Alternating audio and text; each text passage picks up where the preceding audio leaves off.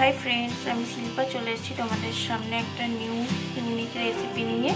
আজকে তোমাদের কাঁঠাল মানে এঁচোড়ের কাবাব করে দেখাবো।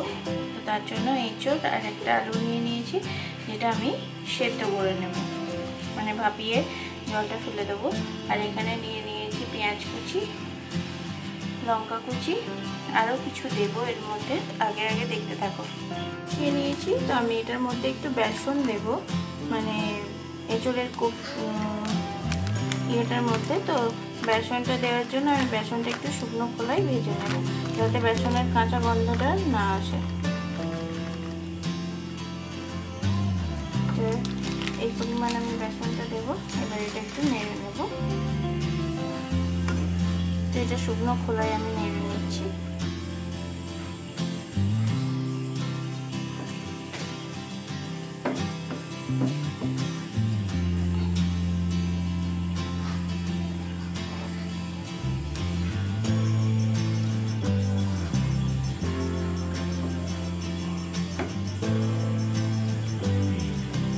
তো দেখো বেসনটা ভেজে আমি ঢেলে নিয়েছি এর মধ্যে, আর এঁচোড় আলুটাও জল ঝরিয়ে নিয়েছি।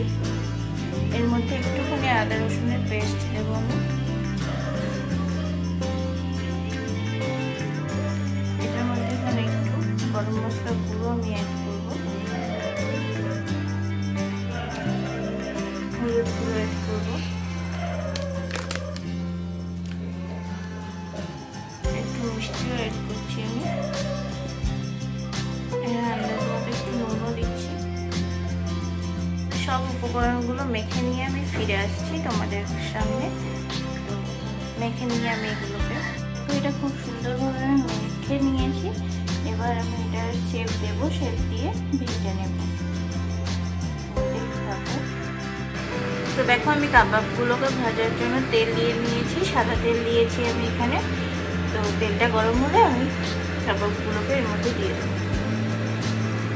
তো এই যে এরকম করে আমি এগুলোকে তেলের মধ্যে দিয়ে দিচ্ছি। যার যেরকম ইচ্ছে সে সেরকম শেপ দিতে পারো।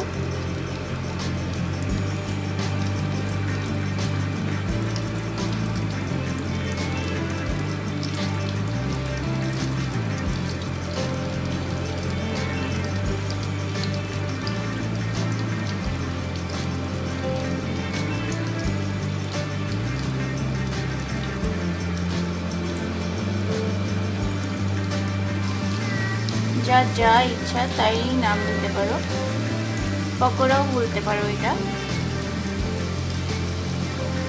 তো এটা খেতে কিন্তু চা, বিকালের স্ন্যাক্স বলো বা বাচ্চাদের মুখরোচক কিছু করে দেওয়ার বলো, সবজি যদি না খেতে চাই তাহলে এরকমভাবে এঁচোড় দিয়ে বানিয়েই দিতে পারো। চেটে পুটে সবাই খেয়ে নেবে, একটু সসের সাহায্যে অবশ্যই করে দিতে পারো। তো এটা খেতে কিন্তু খুব ভালো হয়।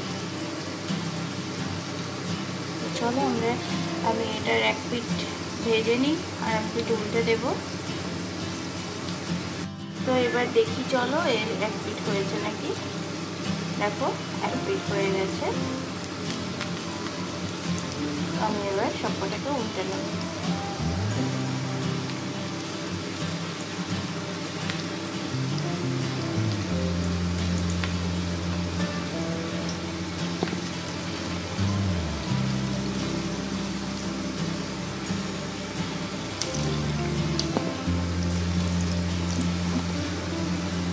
সুন্দর কালারটা হয়েছে, দেখেছো?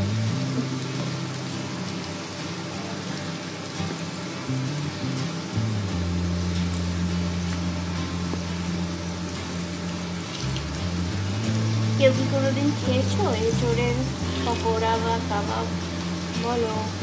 না করলে অবশ্যই ট্রাই করো, আশা করি তোমাদের খুব ভালো লাগবে। এই রেসিপিতে বানানোর জন্য এঁচোড় আর আলুটাকে প্রথমে সেদ্ধ করে নিতে হবে, দেখতেই পেলে। তো এটা ভাজা হয়ে গেছে, এবার আমি এটাকে তুলে নেব। তো এই যে এখানে বাকি যেটা ছিল সেটাও দিয়ে দিলাম তেলের মধ্যে। তো এটাও হয়ে গেলে, আর দেখো এগুলো দেখতে কত সুন্দর হয়েছে। তো এবার আমি এগুলোকে ভেজে তুলে নিচ্ছি। দাঁড়াও, এগুলো আপনারা শুধু মুখেও খেতে পারেন, চায়ের সঙ্গে, কফির সঙ্গে, আবার এটার কারি বানালেও কিন্তু খুব সুন্দর লাগে। তো কারির রেসিপিটা আমি আরেকদিন শেয়ার করবো আপনাদের সঙ্গে।